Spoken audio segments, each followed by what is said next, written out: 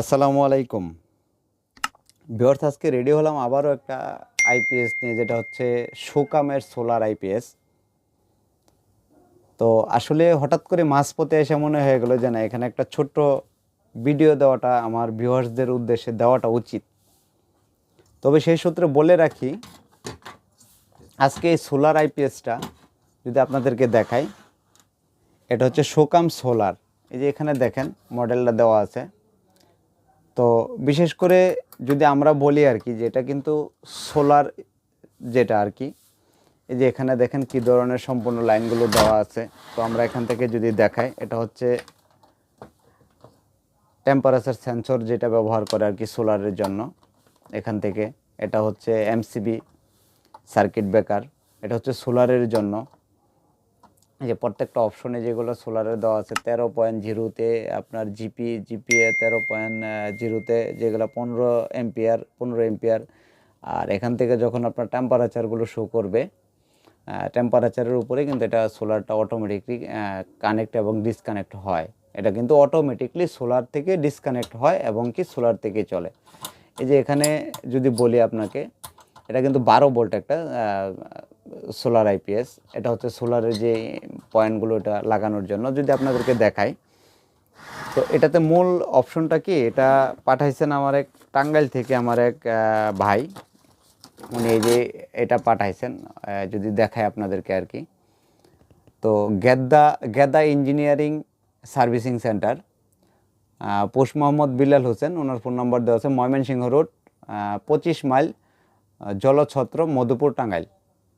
তো এরকম উনি বেশ কিছু আইপিএস যেগুলো প্রবলেম হয়ে থাকে, এগুলো যদি আকাশে বিদ্যুৎ চমকায়, সেক্ষেত্রে কিন্তু এই সোলার আইপিএসগুলো প্রবলেম হয়। এটাতে ইনভার্টার অন হচ্ছে, যে প্রবলেমটা হচ্ছে ইনভার্টার অন হচ্ছে কিন্তু ইনভার্টারে ব্যাকআপ পাচ্ছে।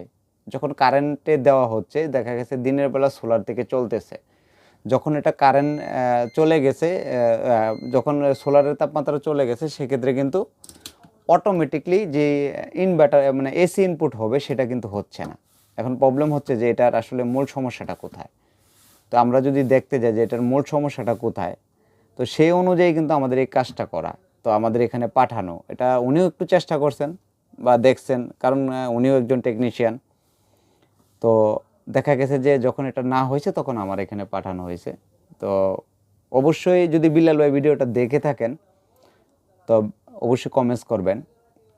তো তার সাথে বলি যে এই সোলার ইনভার্টারগুলো কিভাবে কাজ করে, আমি যদি আপনাদেরকে আজকে দেখাই আর কি। আমরাও অবশ্যই চেষ্টায় আছি আমাদেরটা আপনাদেরকে নতুন করে আপডেট দেওয়ার জন্য, সেটা শুধু আমাদের নিজস্বভাবে আসবে। তো এখানে কিন্তু এই যে দেখেন, এই সোলারের পজিটিভ কিন্তু সরাসরি পজিটিভের সাথে থাকবে, পজিটিভের সাথে থাকবে, আর নেগেটিভ থেকে কিন্তু সোলার কানেক্ট এবং ডিসকানেক্ট হবে। এখানে চিপস আইসি ব্যবহার করা আছে। এখান থেকে আমাদের এই যে 4N35 যে আইসিগুলো আছে, আমরা নাতাশা বোর্ডে যে সার্কিটে ইগুলো ব্যবহার করা হয়, তার সাথে আমাদের এখানে এই যে মোসপেট দিয়ে কিন্তু এই যে 2টা মোসপেট ব্যবহার করা হয়েছে এখানে। এই 2টা মোসপেট থেকে কিন্তু এই মোসপেটগুলো কিন্তু 3207, আপনারা গুগলে সার্চ দিয়ে দেখবেন এক একটা 3207 মোসপেট কত এম্পিয়ার বের হয়। এটার থেকে কিন্তু এই কনভার্টারটা করা, যে সোলার থেকে ব্যাটারিটা চার্জ হওয়া। তো আমরা কিন্তু এই 3207 দিয়ে কাজগুলো করতেছি, চালু করতেছি। তবে আমরা এখানে দিয়েছে 2টা, আমরা এখানে আরও বেশি ব্যবহার করব। তারা যেমন চিপস আইসি দিয়ে করছে, আমরা হয়তো চিপস আইসি থেকে করব না, আমরা আমাদের মতো আইসি দিয়ে করব, যেগুলো আমরা সার্ভিসিং করার মতো একটা প্রযোজ্য বা রাস্তা থাকে, এরকম একটা কিছু। তো এখান থেকে কিন্তু যখন আমরা দেখি যে এখানে আমরা এই যে এখানে ব্যবহার করা হয়েছে LM317 এবং LM78-5, যেটা হচ্ছে ভোল্টেজ রেগুলেটর, যেটা আমাদের আইসিটাকে কন্ট্রোলিং করে। আমাদের যেমন প্রত্যেকটা আইসি ডিসপ্লে আইসিগুলো 5 ভোল্টে কন্ট্রোল করে, এটাও কিন্তু কন্ট্রোলিংয়ে করে। তো আপনাদেরকে যদি দেখাই, আমরা যদি মূল কাজে চলে যাই, তো এখান থেকে উনিও একটু চেষ্টা করছেন যে আসলে মূল বিষয়টা কি হয়েছে, এটা যদি দেখার জন্য, যে কেন বিদ্যুৎ চমকালে সোলার আইপিএসগুলো অটোমেটিক যে অপশনগুলো কেটে যায়, কেন কেটে যায়, আমরা যদি দেখাই আপনাদেরকে। আর আমাদের যে সোলার আইপিএসগুলো, এগুলোতে কিন্তু আমরা সিটি কয়েল ব্যবহার করার কারণে আমাদের আইপিএসগুলো কিন্তু বিদ্যুৎ যতই চমকাক না কেন ক্ষতিগ্রস্ত হয় না।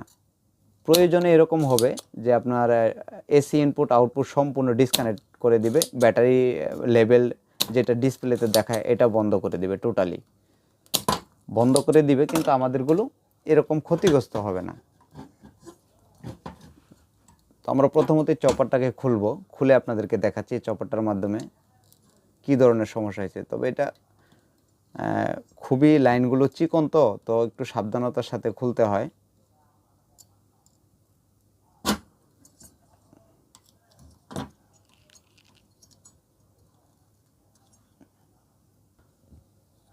তো ভিউয়ার্স, আমরা কিন্তু এই চপারটাকে খুলে ফেললাম।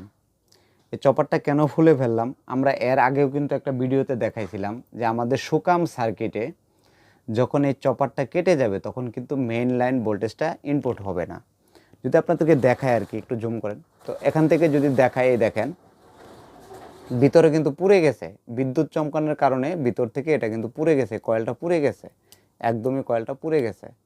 এটা যদি এই কয়েলটা পুড়ে যাওয়ার কারণে আপনার আজকে এই বিষয়টা মানে এটা এসি ইনপুটটা হচ্ছে না। আমরা যদি এরকম একটা চপার আমরা অলরেডি অন্য একটা ইয়ের থেকে করে রাখছি, যেমন আমাদের কাজের প্রয়োজনে আমরা করে রাখতে হয়, এই যে আমরা একটা কয়েল বাঁধে রাখছি সুন্দর করে, কয়েলটা বেঁধে একদম বানিশ করে রাখছি, আমরা এটা লাগিয়ে তারপর আপনাদেরকে দেখাবো আসলে এই চপারটার কারণে হয় কিনা। আমরা এটাকে সুন্দর করে বসায় আপনাদেরকে দেখাবো যে আসলে এটাতে এই চপারের কারণে কি মেইন লাইন ইনপুটটা হতো কিনা। এবং কি বিলাল ভাই যদি ভিডিওটা দেখে থাকেন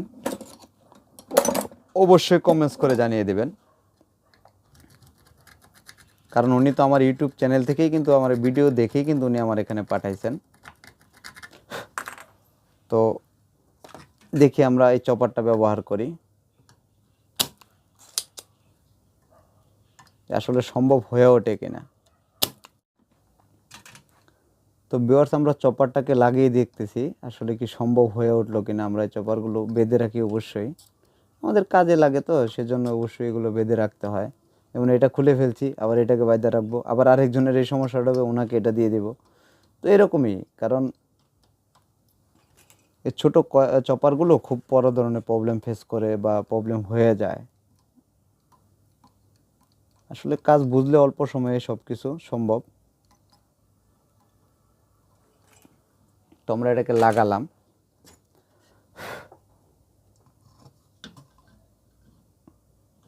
তো যদি লাগিয়ে দেখি আর কি,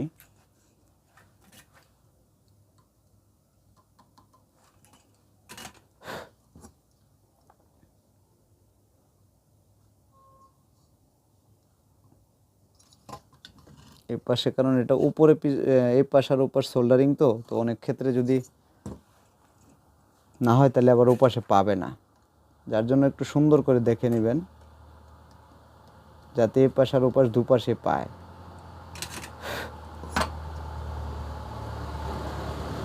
হ্যাঁ, তবে পাইছে। তো এখন আমরা এটাকে সম্পূর্ণ ফিটিং করে আপনাদেরকে দেখাবো আসলেই এটা কি সম্ভব হয়ে ওঠে কিনা, দেখি হয়েছে কিনা।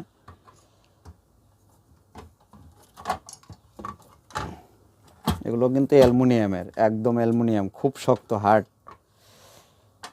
আমরা এখান থেকে এটাকে ফিটিং করব, টোটালি ফিটিং করে তারপর আপনাদেরকে চালু করে দেখাবো মেইন লাইনটা আসলে ইনপুট হয় কিনা।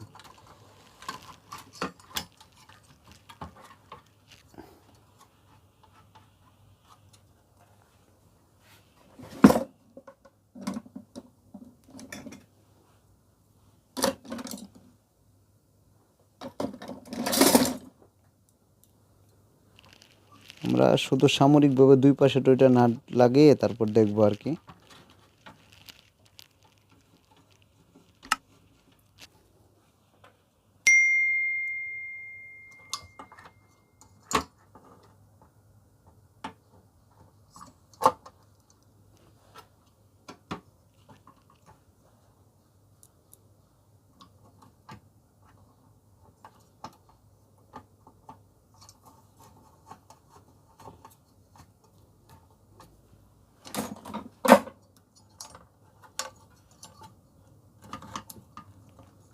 আমাদের সকেটগুলোর কানেকশন করে নিই, আমাদের যেখানে যা লাগানো দরকার।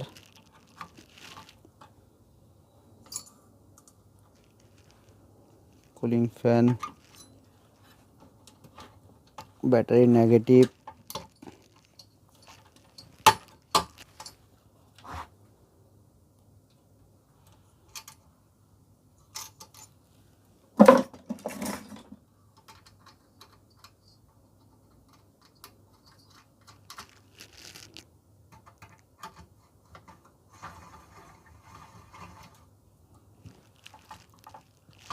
নেগেটিভ লাগিয়ে নিলাম।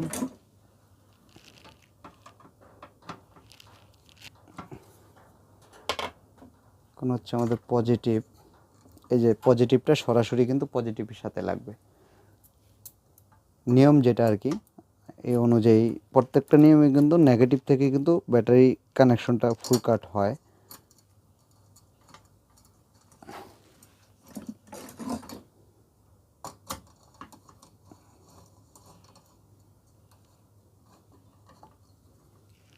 বাস লাগাই নিলাম। আমাদের বাকি যে কানেকশনগুলো ডিসপ্লে সহ এভরিথিং সব লাগে, তারপর আপনাদেরকে দেখাচ্ছি আসলে মেইন লাইন ইনপুট হয় কি না।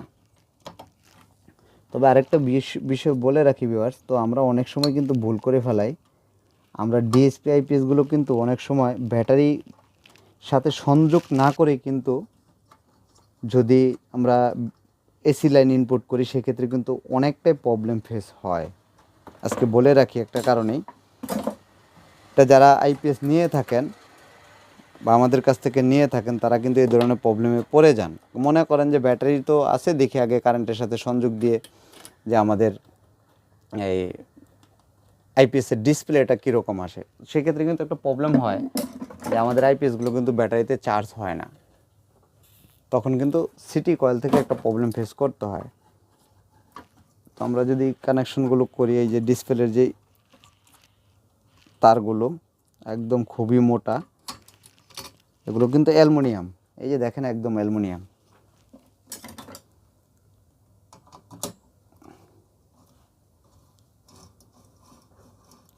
ইন্ডিয়ান প্রোডাক্টসগুলো বেশিরভাগই অ্যালুমিনিয়াম হয়, বেশিরভাগ বলতে না, সবগুলো অ্যালুমিনিয়ামের হয়। এগুলো যদি অ্যালুমিনিয়ামের না হতো তাহলে একটা মেশিন দীর্ঘস্থায়িত্ব হওয়ার রাস্তায় থাকতো। আর এখানে মূল বিষয় হচ্ছে সেফটি ব্যবহার করা হয় না। যদি সিটি কয়েল ব্যবহার করা হতো সেই ক্ষেত্রে কিন্তু বজ্রপাত হলে এই আইপিএসগুলো নষ্ট হতো না। মোটামুটি আমরা একটা কানেকশনের দিকে লাইনগুলোর সাথে সংযুক্ত হয়ে নিলাম। এখন যদি আমরা এখান থেকে ব্যাটারির সাথে সংযোগ করি আর কি,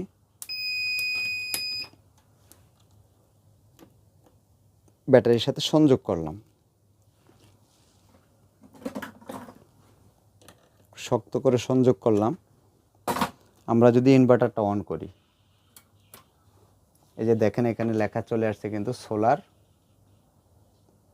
সোলার অন, আমাদের কিন্তু ইনভার্টার চলতেছে। আমরা যদি এটার আউটপুট ভোল্টেজটা মাপি আর কি, তো আমরা এখানে এটা রাখি, মিটারটা দেখা যায় কিনা দেখেন। আচ্ছা আমি ধরে নিই আগে, যে ইনভার্টার থেকে 219 ভোল্ট আউটপুট, ইনভার্টার থেকে 219 ভোল্ট আউটপুট। বাস এখন আমরা এটা থেকে অফ করব। আর সব সময় বলে রাখি, আমরা যখন এই কোনো না কোনো কাজ করব, আমাদের প্রথমত কাজ হচ্ছে আমরা সিরিজ লাইনে চেক করা। আমাদের মেইন লাইন ইনপুট করা বা যাই কিছু করেন না কেন, যখন আমরা কাজ করব আমাদের প্রথম কাজ হচ্ছে সিরিজ লাইনে চেক করা। আমরা যদি এই সিরিজ লাইনে দিলাম,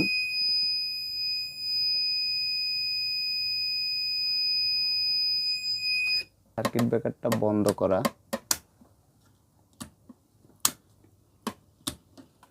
ব্যাস।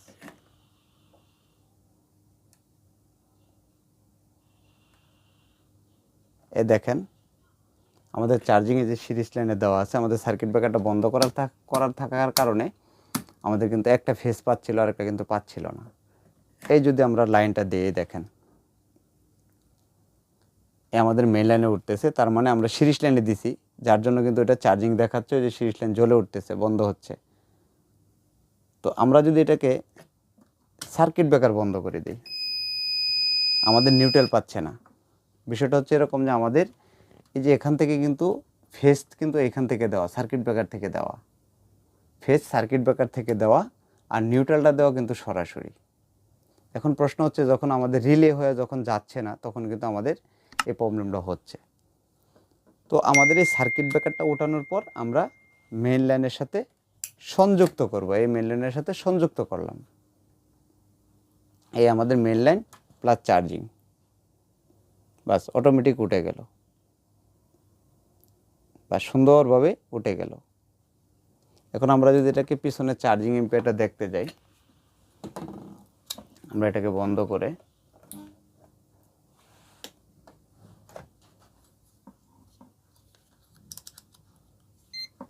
আমরা এটার সাথে সংযুক্ত করলাম, লাগালাম, দেখি আমাদের কতটুকু চার্জিং ওঠে। দেখেন আমাদের চার্জিং এম্পিয়ার উঠে গেছে অলরেডি মেইন লাইন থেকে।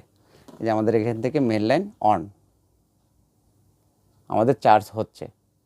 অতএব আমাদের মেশিনটা এখন সম্পূর্ণভাবেই সচল, সম্পূর্ণভাবেই সচল। এটা যখন ফুল কাট হয়ে যাবে অটোমেটিকলি অফ হয়ে যাবে।